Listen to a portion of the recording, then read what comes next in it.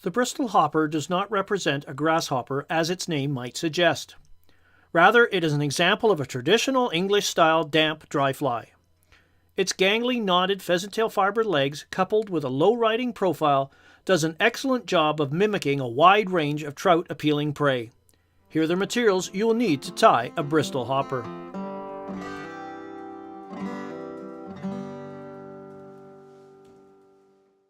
So let's tie the Bristol Hopper, another UK immigrant to North America. It's an excellent dry fly emerger pattern. It's just a gangly looking. It is not a hopper like a grasshopper. It's actually, I believe, intended to imitate emerging chironomids primarily, but will work for terrestrials as well. So into the jaws of my Regal, I've got a Daiichi 1170 dry fly hook, probably 12s, 14s, 16s, maybe as large as a 10. We're going to cover the shank with some MFC 80 black tying thread, just your tying thread to match the color of the hopper you're tying. And I most often tie these in black, probably a cinnamon brown and a claret, maybe olive. Black by far is your most predominant chironomid color out there. So we've covered that shank. Then we're going to tie in our ribbing material, which is just add a little bit of flash. I'm using some small Mirage Opal tinsel. So we'll just take a length of that, secure that at the back of the hook, bind that forward, make sure we've got a good purchase on it so it doesn't pull out. And then we're going to wind the thread back near the bend of the hook.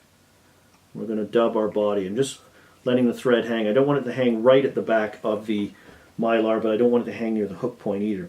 For the body, the original hopper is, and probably still is over in the UK, and in Canada where I am we can still get it, is tied out of seal's fur, but that's not always readily available or even legal in many places. So ice dub, a coarser dubbing works very well. We're doing a black version, so we'll do some black ice dub, ice 11 for you guys with the codes. And we're just going to come in. I'm moistening my fingers.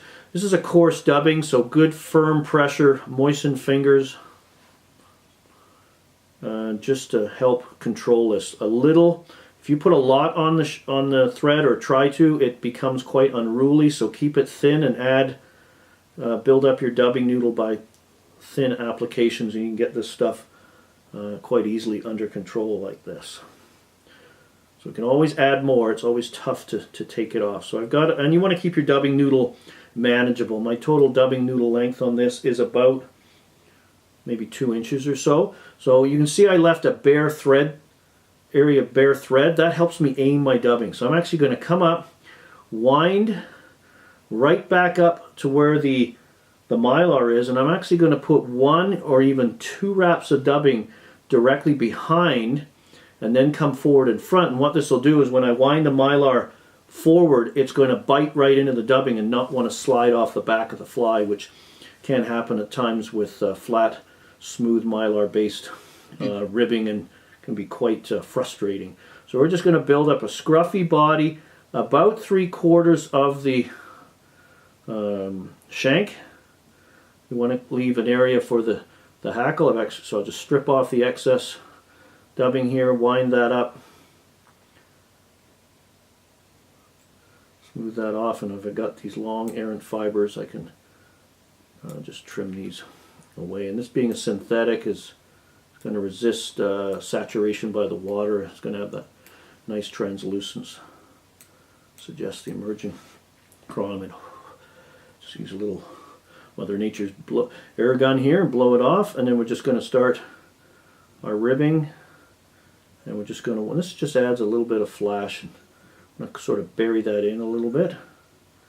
and just sort of get into a rhythm where this is more for an attractive flash to make our fly stand out in the crowd at the surface. If we've got a pod of surface feeding trout focused on emerging chironomids, terrestrials. This is just a buggy, scruffy looking fly that looks good to eat. And it also works if this fly sinks. Sometimes we actually fish this on a midge tip, if you can believe it, and that midge tip will eventually pull dry flies under, and then you retrieve them back. And they're just tracking back under the surface film, and this gangly mess attracts a lot of attention.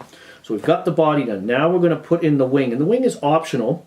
And I'm going to stay true to the fly's origins right now, and we are going to use some CDC. I've stacked 2 or 3 plumes of natural CDC here. Stack the tips. I'm going to reach those tips back about even with the bend of the hook. Come in and just wind them on. Wind the thread around to secure them. All right, nice gathered wing. Trim away the excess. And just take my thread and create a nice, whoops, got some ice stub that still wants to get into the game. Got a nice head there, just like this. And now for the legs. That's the distinct gangly look, and this is knotted pheasant tail. These are actually double knotted. Now you can do the knotting yourself.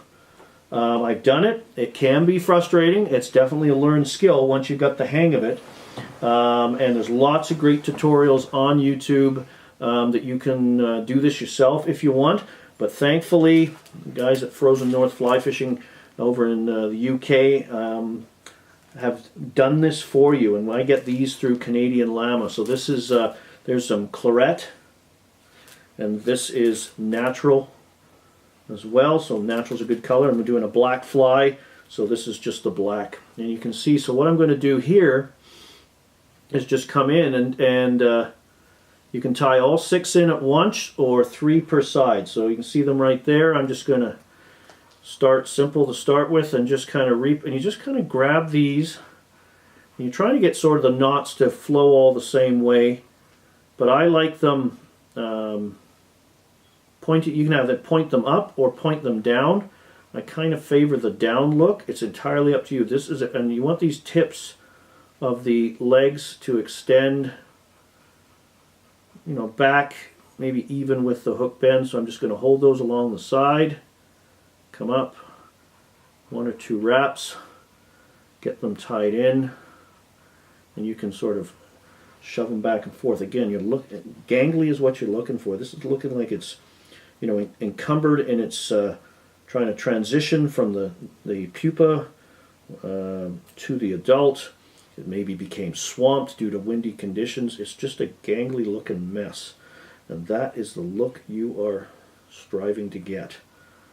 All right, so this may be not a fly for those of you who are sort of compulsive neat freaks on there, and we all have that element to it. We all want our flies to look good. We don't want our buddies to look in our fly box and burst into hysterics because the flies look all messy, but truthfully at the end of the day it's the fish that counts. So you can see we just got, they suggest legs, antennae, a shuck, what have you. Just get them in there. Once we're confident they're all tied in place, then I'll trim off the excess. And then to finish this off, I will again make sure I've got a smooth base. Come back to the base of that wing.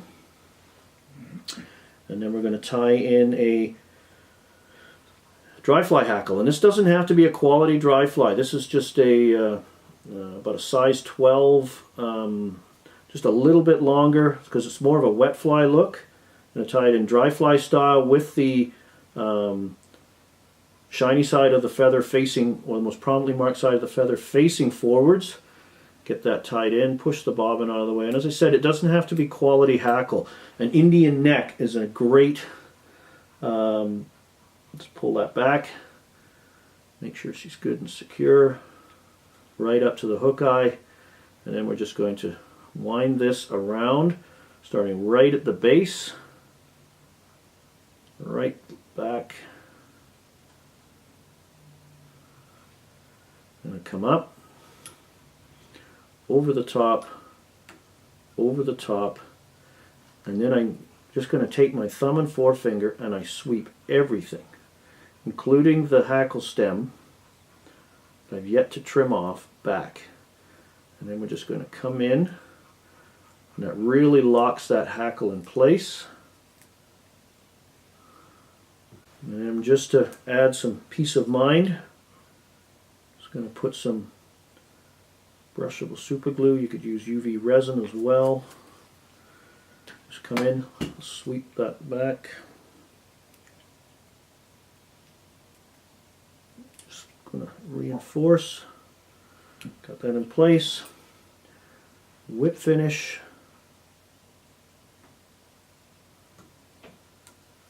Trim.